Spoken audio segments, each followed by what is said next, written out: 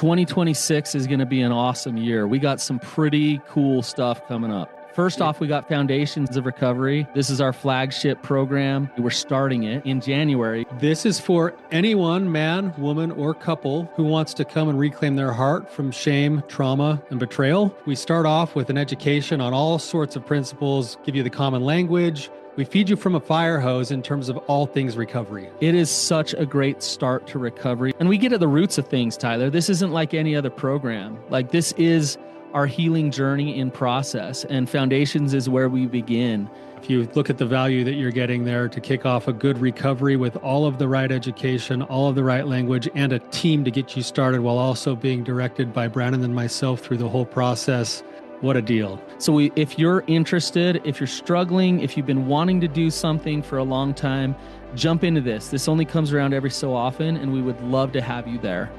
Click the link in the description to sign up for it. And to make it even sweeter, we're also including a raffle for a free pass to the Radiant Dawn retreat. Anyone who signs up for Foundations will be added to the raffle for that free Radiant Dawn pass. If you're a man and you sign up for Foundations, your name still gets entered, and you can give that pass away if you win it to any woman that you want to. So what you're saying, Tyler, is if you sign up and participate in Foundations, you could possibly go to Radiant Dawn for free? That's exactly what I'm saying, which is crazy because Foundations by itself is already an insane value. Man, I sound so salesy.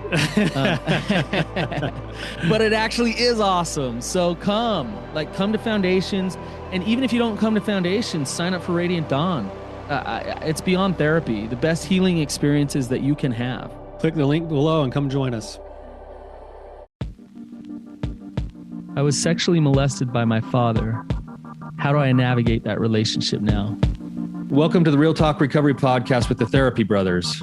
We're brothers, we're therapists, and we know recovery. Bring your stories, your questions, your successes with real recovery. How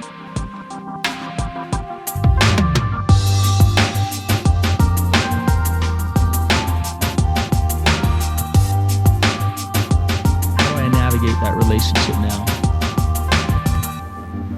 Brandon, good topic today. I haven't said that in like 5 episodes, so I can say it today. It's a great topic today. And you know, it's a little different. We got the guest here in person with me in my studio at Therapy Utah. So we logged on here in the Zoom call, and he said, we said, where you're located. He's like, oh, I'm located right down like literally 10 minutes from Therapy Utah. I said, hey, get in the office. So now he gets to be in person with you, Brandon, while we record. It's nice to actually, you know, in today's day and age, it's nice to actually talk to a real person. Real person in studio. Stuff. That's great. Yeah. So Jay, welcome to the show. Well, thanks, man. I appreciate it. It's good to have you. Thanks for coming on and having the courage to be here. Yeah. We really appreciate it. If you could just give us a little bit of background, give us a little bit of context, what's going on, and then ask any questions you have. Yeah, for sure. So I grew up in a small town out in Arizona, out in the country, and there was 10 kids in my family. Mom and a dad. I thought that I grew up. What number are you? I'm number 2. So I'm the oldest boy. Yeah. Okay. And yeah, I felt like I grew up in a pretty normal household. But I think as a kid, you just kind of believe that your normal is everyone else's normal. Mm-hmm. I think there was parts of me though that felt like things were off for sure. But at any rate, my dad had a sexual addiction.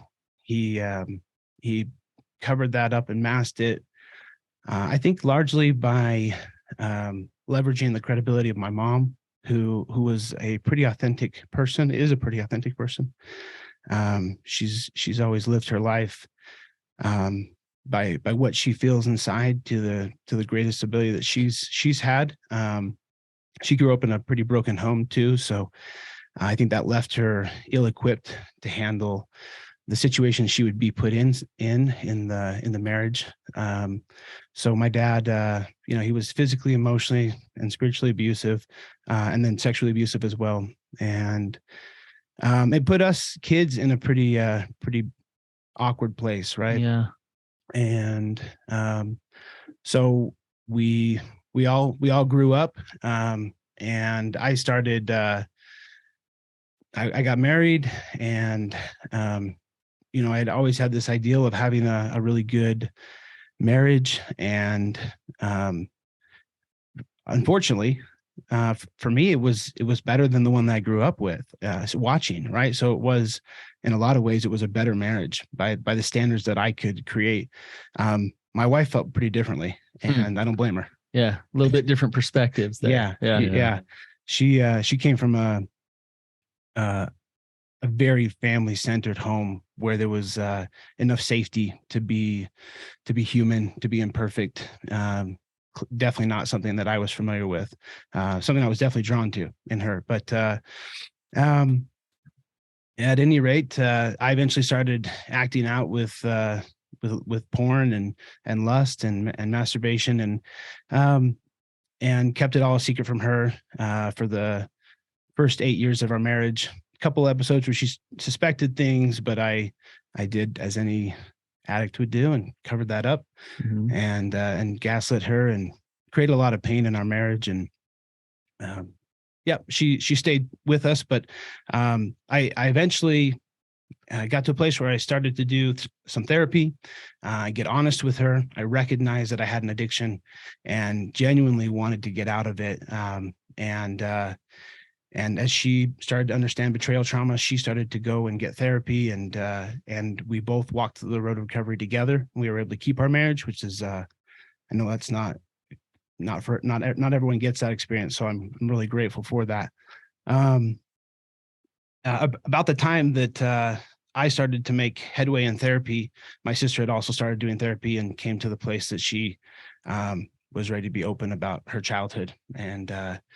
And she opened up about some experiences that she had, and it caused me to reflect on some things that I had experienced, where both of us were molested by our father, to put it simply and plainly, and so now the last 3 years, we've been working to navigate the legal and there's some religious things that we can do to address it, and it's just tough. It's really tough. So when you say some religious things, what can you say more about that? Sure. So I'm a member of the Church of Jesus Christ of Latter-day Saints, and my father has held some leadership positions in the church, not huge ones, but not small ones either. And I think as a kid that added to our confusion, right? Because here's this person who's doing all these things right. Religious, spiritual guy. Yep, absolutely. And he leveraged that for sure in manipulation. It still does to today. And so now we're at the path where, we've done some legal things, and we're trying to approach it from a spiritual side, because the legal side, because things are so old, we didn't have a lot of physical evidence. And so at this point, unless we continue to push on the legal side, we're not going to see any headway there. Okay. Right. It's just a bunch of kids or, descendants of this man who have testimonies. So, right. Yeah.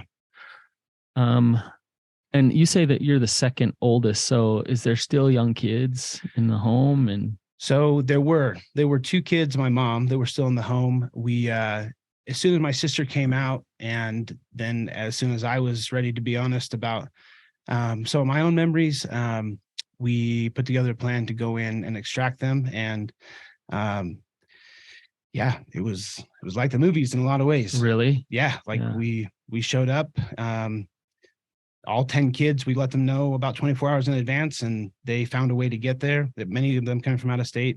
And we broke the news to my mom about 5 a.m. in the morning, because he went to work at 4:30 in the morning, and packed up, cleaned up, and removed her and my 2 brothers from the house. Oh, wow. A divorce ensued once she knew the full story. So your parents ended up getting divorced? Yeah, they did. And when did all this happen? This is 2 years ago. Oh, this is still pretty fresh. 2.5 at this point. Yeah, it is.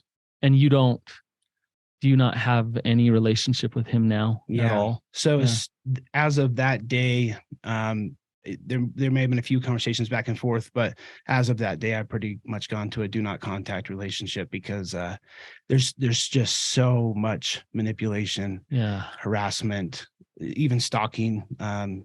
So it's been tough. Yeah. So when you're talking about kind of a disciplinary action by the church, right, and going in that, so is he's still active and going to church and all those things? Yeah, as far as everything that I know, that I hear through the grapevine, he's in a small town, and it seems like he's done everything he can to convince his local leadership that we're just a bunch of crazies. I guess all 10 of the kids, all 10 of his kids. Wife. Yeah, right. Yep. And so he's he continues to be active in the church. I think they've taken some measures on their side to help protect the local saints. But all of this is still very much hearsay. So yeah. Okay. Tyler, you have any questions? Yeah, no, I think you've done a really good job of starting to paint the picture here. Jay, I'm just wondering, like, being on this show here with us today, you've taken some steps as a result of your own healing, really of your own recovery, that's kind of led you to this place. I guess my question for you right now is like, what are the specific challenges that you're currently facing, whether that's emotional or physical or logistical, that seem to be tripping you up right now in the context of your relationship with your dad or your spirituality, or like, what is it? What are the things that are really pressing on you the most? Yeah, I think for me, I heard this analogy when I was a kid about these cowboys. They were out and they were they're chasing a rattlesnake. The rattlesnake bites one of them, and a group of the cowboys go off after the snake, and the one that got injured and another one leave, and they go take care of the guy that got bit. And there's a big part of me that's like, I just want to heal my family, heal myself, try not to reflect the trauma of my childhood on my own kids, and work through my trauma. And there's a part of me that just wants to walk away, right? That's probably 80% of me. What do you mean by walk away, Jay? Just distance yourself from him and have nothing to do with him. And absolutely.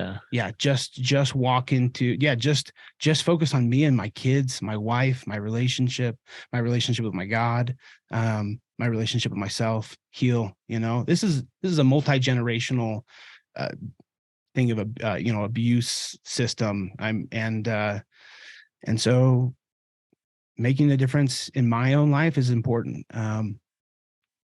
At the same time, I look at my 9 siblings and I look at the pain they're going through. And I look at, I look at the injustices that I feel too from my dad. And this might sound weird, but a desire for my dad to find what I found, to find recovery, to find healing. I don't have very high hopes that that'll happen in this life. And then it's also to protect the people that are around him, because he manipulates so much. There's a very big concern for me that people will become they'll be gaslit to the point that they relax and that they don't stay vigilant about watching their families. And I'm a strong believer that he didn't stay inside my family. I have plenty of proof for myself that that's not the case. And so at the ecclesiastical church side, looking for help there, I want that to be there for my siblings. I want that to be there for part of me, and I want it to be there for those that are there. But at the same time, man, it's hard for me to motivate myself to do it, and that's where I struggle. It's really, really uncomfortable. And outside of my morning meditation, it's not something I think about. And sometimes it doesn't seem worth it. I don't know. Does that make sense? I see your kind of wrestle here and your like struggle of knowing where to go from here. Question for you. How many of your siblings have come forward about the abuse? Yeah, all of them have come forward about emotional, physical abuse, mental abuse, spiritual abuse. We out of the 10, 3 of us have come forward about the sexual abuse. Okay. And I'm not a legal expert here. Sure. So is there a statute of limitations where after so long? There's not. Okay. They removed that. Yeah, not in my state. There isn't. So okay. In Arizona, I should say. So it's not enough evidence for 3 children to say we have memories of dad sexually molesting us. Yeah. Because I think you talk about this 80% and 20%. I think that 20% of you you're a good man with integrity that knows that there's a predator on the loose that could be hurting people. And you know that's who he is and what he'll do. And so there's a part of you that's like, you know what? I can't just let this go. Right. And at the same time, there's only so much you can do according to the systems that you're in. Like there's only so much in your control. Right.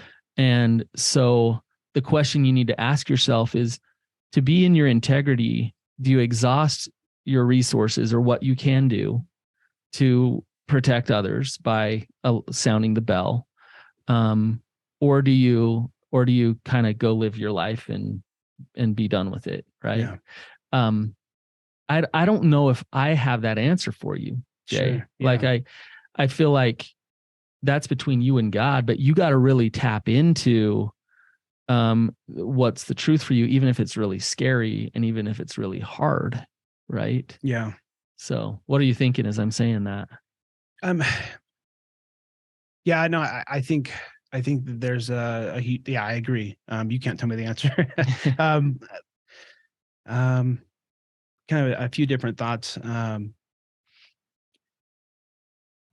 You summed it up really well though. And it's something I don't think I've been able to put into words. I don't think that I can rest easy at night knowing that I haven't done, that I haven't gone as far as I have to. I think the parts that's surprising for me is as I work with the church, the church's responsibility in large part in my eyes is to help me connect with my Savior, connect with my God, have a healthy relationship with them. And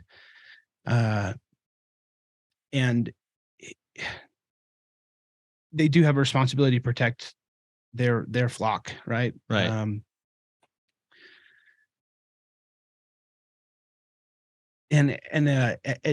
But I don't think any fault of the church. I was the one that was impacted by my father, and I don't want to look at it. I don't want to turn and face it. I don't want to push into it. It is hard, difficult memories to turn back to. And sometimes I feel like I sense that from my leadership as I talk with them about it. I think like me, they're at a loss for what to do. And so I think I feel a level of friction when I talk to them. I think early on my thought was, okay, I'm just going to go to them. I'm going to tell them everything, turn it over, and then the system will take care of it.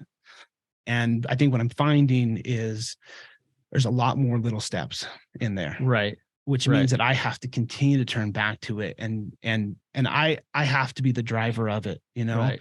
And just so hard. It is. It's so hard, Brandon.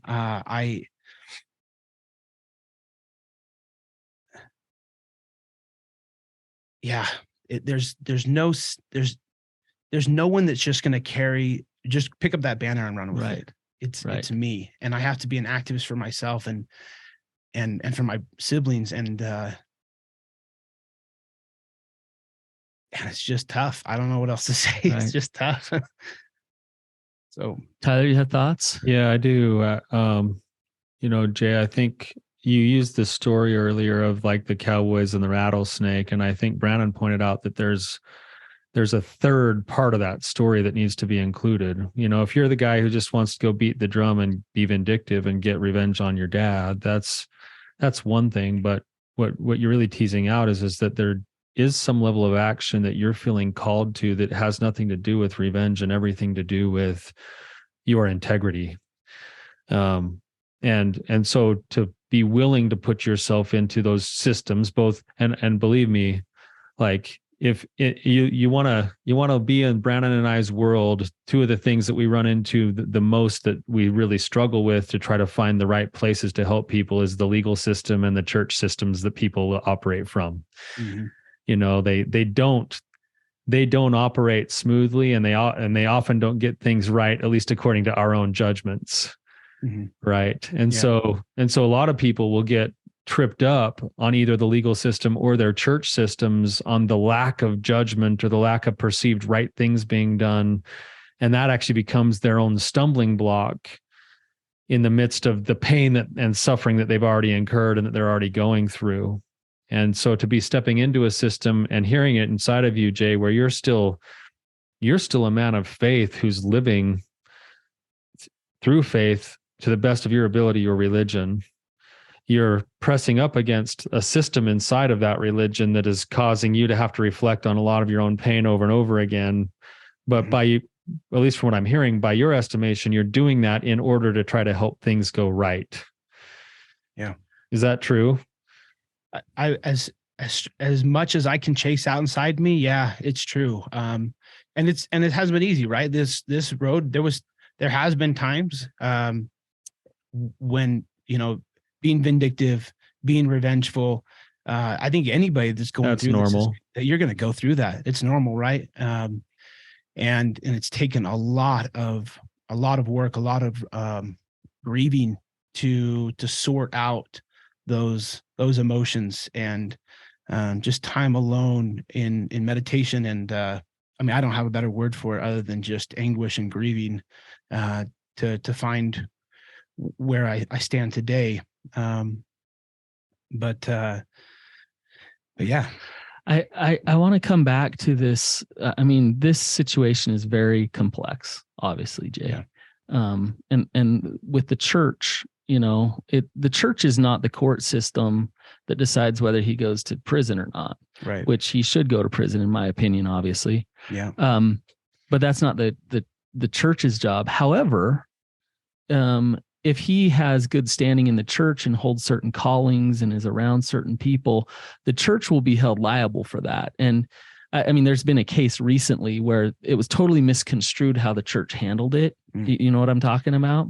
Not familiar with the specific. It was from Arizona, and it was like the media made the church media out ate to that look alive. Horrible. Sure. Yeah. And the church came back with a response of, we do everything we can to make sure that abuse is not happening, and that we advocate for victims of abuse. But you look at it here, let's, heaven forbid, let me give this example. Let's say I go home today and my daughter or my son or daughter says, "Hey, mommy molested me today." From my position, what's the easiest thing for me to do? Push it under the rug. Yeah, is to tell them, like, no, you might think that happened, but that didn't. Yeah. So now I'm not going to protect you, victim of abuse. I'm going to protect the perpetrator, because that's the easiest thing to do, is to protect the perpetrator. Because if we actually take this seriously, if we actually really look at this, then there's consequence. Yeah. And there's going to be consequence for the family. There's going to be consequence for how the church handles it. There's going to be consequence that are really big and scary to work through. So it's easier to just kind of be like, nah, just pretend like you didn't tell me that. Yeah. Right. So what's the right thing to do? If I'm the dad and my child tells me this, what's the right thing for me to do, Jay? Well, I think as a dad, I think the first thing I would have to do is investigate with my kid, right? Chase it out with my kids, start talking with them, start to understand, get the full story, gather information. Right. Absolutely. Validate my kid too, hopefully, right? Help them to feel that their voice is heard, that they're understood. And then once I have that data, then this goes back to a podcast I was just listening to you guys this morning on, is I've got to listen to my gut. Yeah. This is such an important moment to listen to your gut on. And I have to push it through that litmus test and then decide what I need to go and do from there. Right. Yeah. Right. So I would say this, and Tyler, I don't know how you feel about this. I would say what you just walked through, Jay, that was excellent. Yes. And you're absolutely right. I would say that goes for parents and it goes for like the church, right, where it's and the church isn't in the business of investigation, mm-hmm, but when they're hearing certain information directly from a victim, directly from you, then I think it is important to be able to say, okay, what really happened here? Because there needs to be some consequences for this church member, right? Yeah.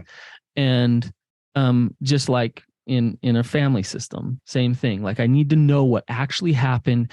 And then even though it's hard, if my gut's telling me that is the truth and that's what happened, there needs to be some consequence. And I'd divorce my wife if that were happening. Sure. And so sometimes the harder thing to do and the more painful thing to do is actually the right thing to do, not only to protect future victims, but also for healing, for your healing, right? And what I'm hearing from you, Jay, is that it's like a nerve that is still exposed. Yeah. It's like you've talked about it with your siblings. It's kind of out in the open. You have your wife as support. You're working your own recovery. Like you are a resilient man. You're incredible, Jay. And there's this exposed nerve of dad down there doing his thing, wandering around, totally getting away with these crimes that he should be locked away for. Yeah. Right. But there is only so much in your control. Yeah, exactly. But I do.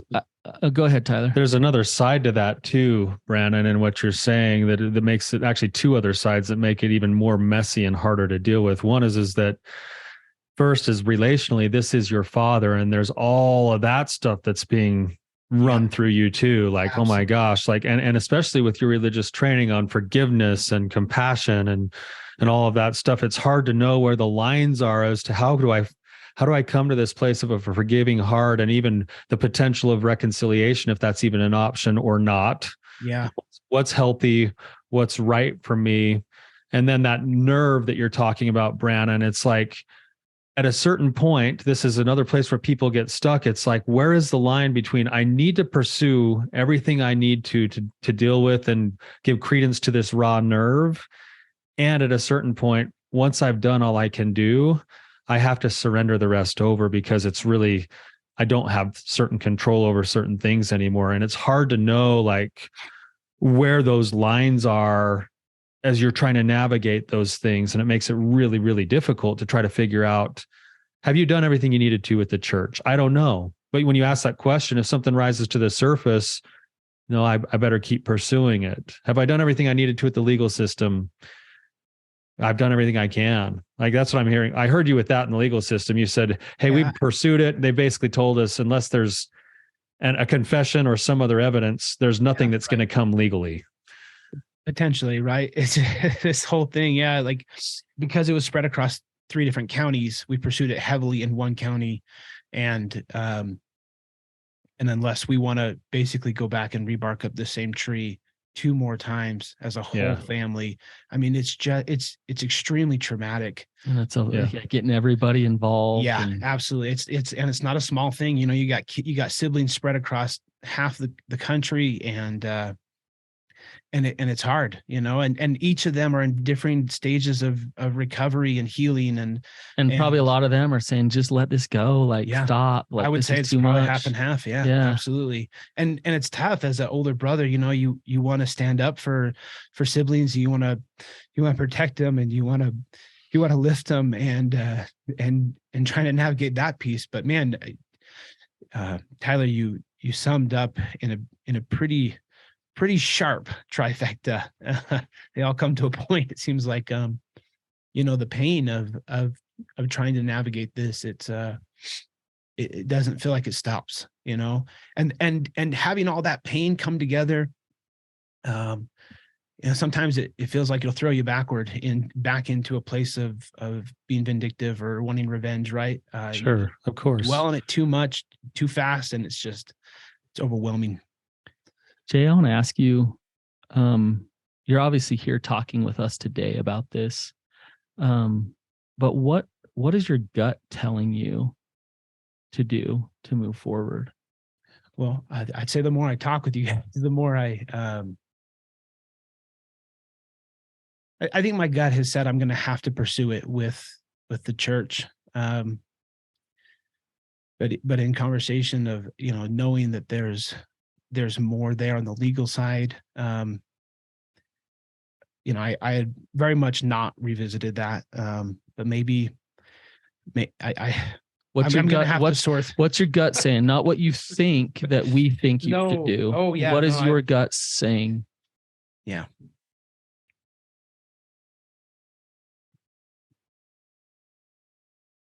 My gut says that for me, I've got to work through this on all the avenues and not stop. And gosh, I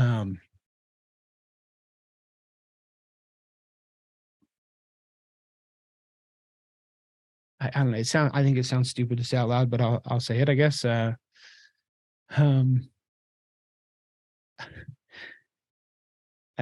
want to push my biggest reason for wanting to push in my gut is because I want my dad to heal. I want him to find healing, and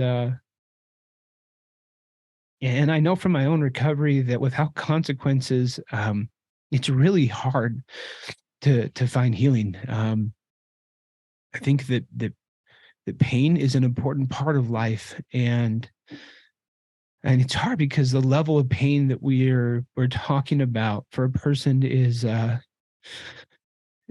life altering. It could be eternally altering, and it weighs on me a lot to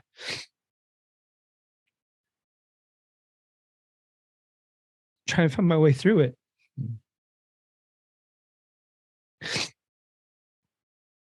Jay, yeah, like that is not stupid at all to say.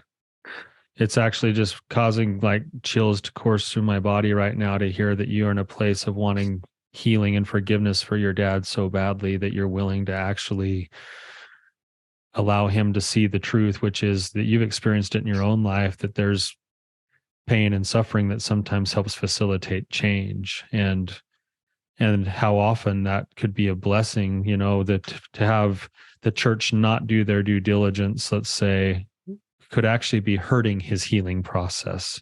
Right. And if your dad were listening to this right now, and if he actually subscribes to the religion that you profess to subscribe to, we believe in agency, and we also believe in taking ownership for the consequences of that agency and that choice. And if your dad was listening right now, he knows deep down inside that the only way to real actual freedom for him is to take full accountability for his choices. Right. And there's something there that's holding him back, probably shame and fear and the knowledge of certain consequence. But the ultimate truth is that if he wants freedom for his soul and his spirit, he need to look himself in the mirror. He need to look God in the eyes, and he need to come look each one of you in the eyes and take accountability for the things that he's done. And for you to see that so clearly in the midst of all of this tangled stuff that's going on inside of you too, like that's actually a very grounded place to be operating from. Now, when you do that, with what Brandon's saying, the challenge is that you're having your heart say, maybe there's still some left to do in these arenas. If your heart is doing it for those reasons, you should do those things until you've exhausted what's right for you. And then you're going to have the heavy lifting work of actually surrendering the rest over. Yeah. And letting your dad's process be your dad's process, and letting the way the church processes that be the church's process, and the legal system's process be their process. And you're going to have this like dialectic of, have I done all I can? And I now need to surrender, and I need to let go for my sake. Yeah. No, that's right. I totally agree with that. Yeah. Jay, what you just said is so important. It's profound. Like you want to pursue this so your dad can have consequences because you care about his healing.